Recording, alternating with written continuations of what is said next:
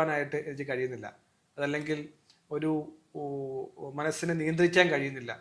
ഇത്തരം പ്രശ്നങ്ങളാണ് എപ്പോഴും എന്നെ അഭിമുഖീകരിക്കാറുള്ളത്. അപ്പം എന്തുകൊണ്ടാണ് ആ വ്യക്തി തളർന്നു പോകുന്നത്, എന്തുകൊണ്ടാണ് ആ വ്യക്തി നിസ്സഹായപ്പെട്ട ഒരാൾ, അല്ലെങ്കിൽ വലിയ രോഗത്തിൽപ്പെട്ടു പോയയാൾ, അല്ലെങ്കിൽ കുറേ അധ്വാനിച്ചിട്ടും കരകയറാൻ കഴിയാത്തയാൾ കൊടുക്കുന്നത്. അപ്പോൾ ഈ പുസ്തകത്തിൽ പറയുന്നത് എന്താണ് മനസ്സ്, അത് നമ്മൾ അതിനെ മനസ്സിലാക്കണം. നമുക്ക് എങ്ങനെ നിയന്ത്രിക്കുവാൻ സാധിക്കും.